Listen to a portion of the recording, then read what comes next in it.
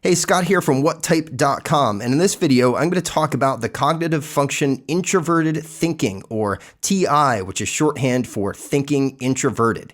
Introverted thinking is a judging function that assesses pieces of information based on how they fit into logical frameworks, and conversely, it will assess logical frameworks based on how they jive with available information. Introverted thinking is most prevalent in INTPs and ISTPs who use it as their primary function.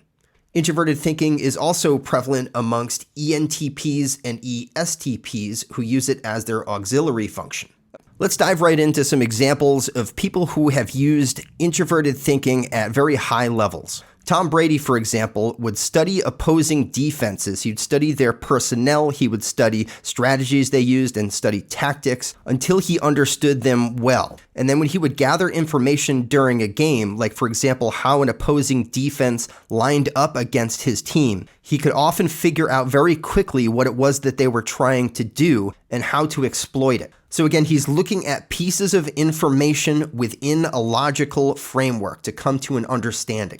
Albert Einstein used introverted thinking to develop theories that helped us understand how the universe works. New pieces of information and calculations would either affirm or challenge his theories, and then he would adjust accordingly. Margaret Hamilton used introverted thinking in writing the code that helped us land safely on the moon.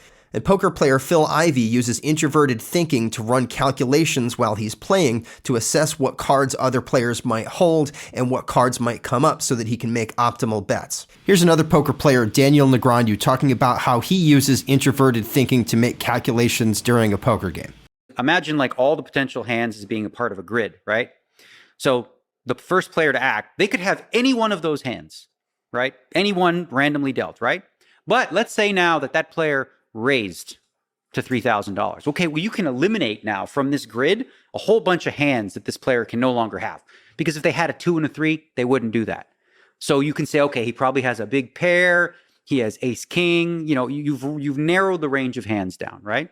Now, through every action on the flop, on the turn, and on the river, based on the decisions they make, you narrow it down even further. Okay, let's talk about how introverted thinking can show up for people and get into some more about what it does and how it works.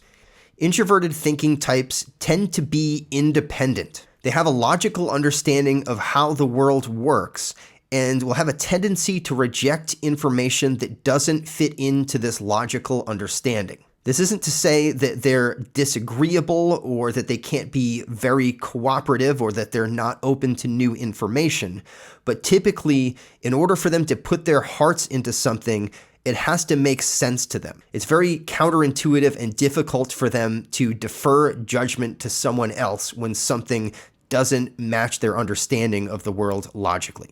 Second, introverted thinking is very matter of fact. Something is either true or not true. Thinker-perceivers can sometimes ruffle feathers or hurt feelings because they're either not accounting for how something will be received or because they believe that what they're saying is more important than how it affects people's feelings. I once got into trouble, and indeed I was sued for $51 million for saying that people who don't believe in evolution are either ignorant, stupid, or insane. Now, that was taken as an insult, but actually, of course, it's a simple statement of fact. It really is, because by far the most important member of that little trilogy is ignorant. Right. We're all ignorant of something. We're all ignorant of... We're all ignorant of most things. Next, introverted thinking likes to look at things objectively. Introverted thinking users typically like things that can be measured, things that are objective and verifiable over the subjective. Well, it's true for me. You see, I believe... You mean true for you is different from true for anybody else? How can something be absolutely, true for you? because I can't... Next, introverted thinking is a very fast and efficient process. Thinker-perceivers can often run calculations very quickly, and they can often explain their logic and their thinking and their perspective on a moment's notice. For this reason, they can be very good debaters. This can be contrasted with INFJs and INTJs who use introverted intuition as their primary function. Introverted intuition is sort of more nebulous and can be more difficult to verbalize. Thinker perceivers, by contrast, have a sort of preset logical framework to operate within, which allows them to process logic more quickly. Next, introverted thinking is very holistic and systems-oriented. Introverted thinking types tend to see everything as interrelated and will be able to account for how one thing in an ecosystem or a framework affects other things. One company I asked, what do you do about these problems? But we run it down to the bitter end, and even if we have to go to Brazil to find what happened there, we find it out. It sounds great. That's a path toward destruction because they're not studying the system. They're managing outcomes, managing defects, instead of looking at the system that produced the defects. Finally, introverted thinking wants to understand principles. It wants to understand the thinking behind proposed actions so that it will understand what to do in any contingency. Extroverted thinking, by contrast, will typically want to know what is the desired outcome? What do I need to know to get there? And what are the steps required to make it happen? We are going to make it or break it based on whether we can provide products to higher education and services and relationships to higher education that no one else provides. And I think we ought to spend 100% of our time thinking about that. And if we can't do that, then we ought to go broke. This is counterintuitive to introverted thinking types who tend to place a high value on flexibility. I had been working my whole life to build a certain type of computer for myself, and I just built the best one that was doable in that day with the particular components available, etc.